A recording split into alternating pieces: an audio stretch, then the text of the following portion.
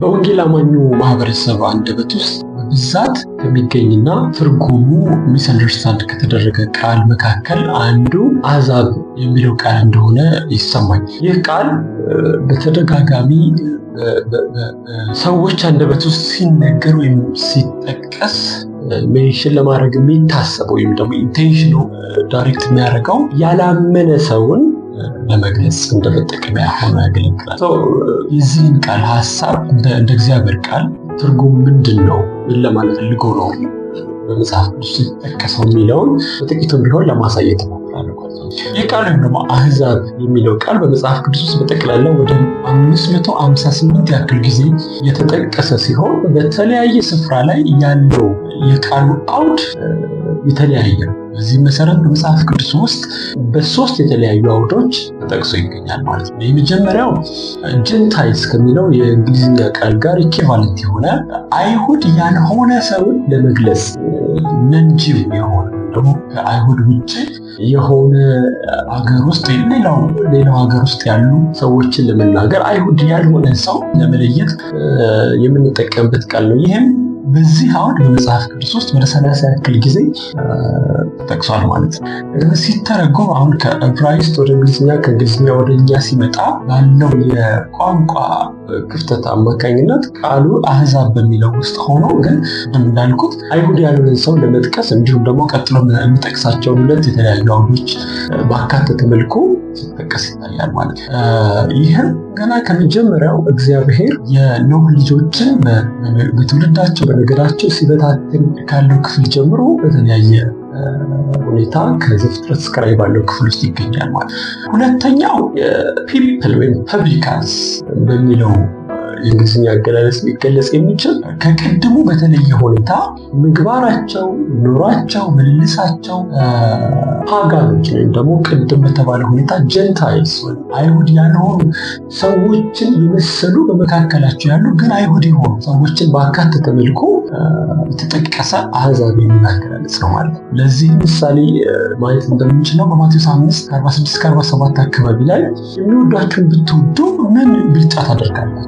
ቀራጮችም እንዲሁ ያደርጋሉ፣ አሕዛብም እንዲሁ ያደርጋሉ ብሎ ጌታ ኢየሱስ የተናገረበት ክፍል።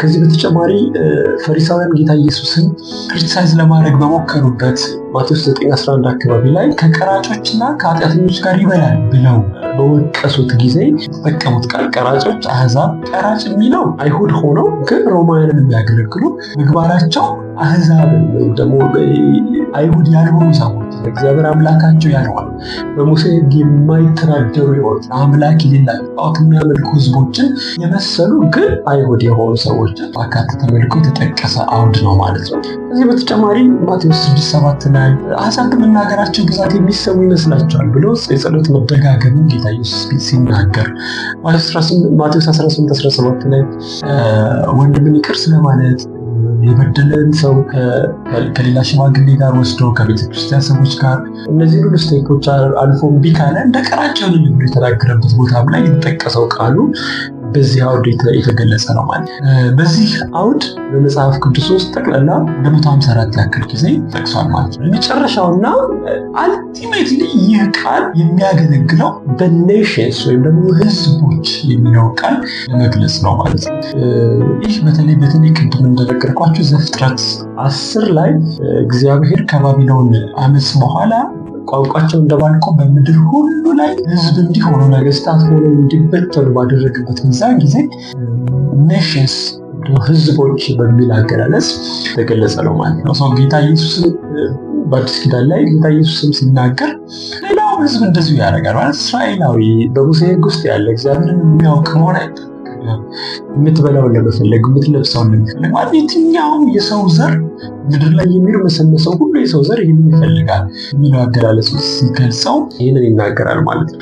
በዘዳግም 32 ላይ እግዚአብሔር ርስቱን ለራሱ ሲለይ በእግዚአብሔር ልጆች መካከል ርስቱን እስራኤልን ለራሱ ሲለይ ብሎ የሚገለጽ አገላለጽ ውስጥ ከእስራኤል ውጭ ያለውን ሁሉ ሕዝብ አንድ ላይ መግለጽ የተጠቀሙበት ቃል ነው። ይህ በአብዛኛው መጽሐፍ ቅዱስ ውስጥ ያለው አሕዛብ የሚለው ቃል የተጠቀሰበት አውድ ወደ 374 ያክል ጊዜ ይህ ቃል መጽሐፍ ቅዱስ የተጠቀሰው በዚህ አውድ አዲስ ኪዳንም ላይ ሐዋርያት ኢየሩሳሌም ከዛ ይሁዳ ከደረሱ በኋላ ሰማሪያ ኦልሬዲ መንጂ ሆናለች፣ ወይም ደግሞ ከይሁዳ ውጭ ያለ ቦታ ነው። እንደምናውቀው በሁለተኛ ነገሥት 16-17 ላይ በአሦር አማካኝነት ተቀላቅለዋል።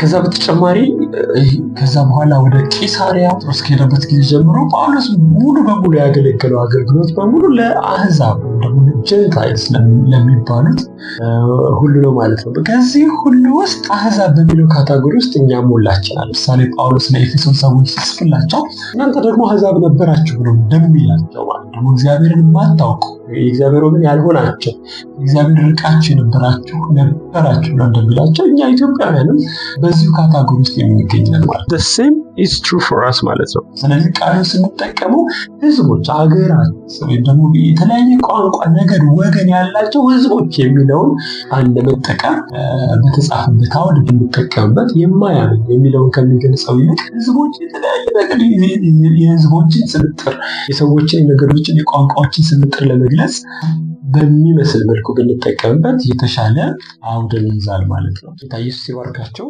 ተባረኩ።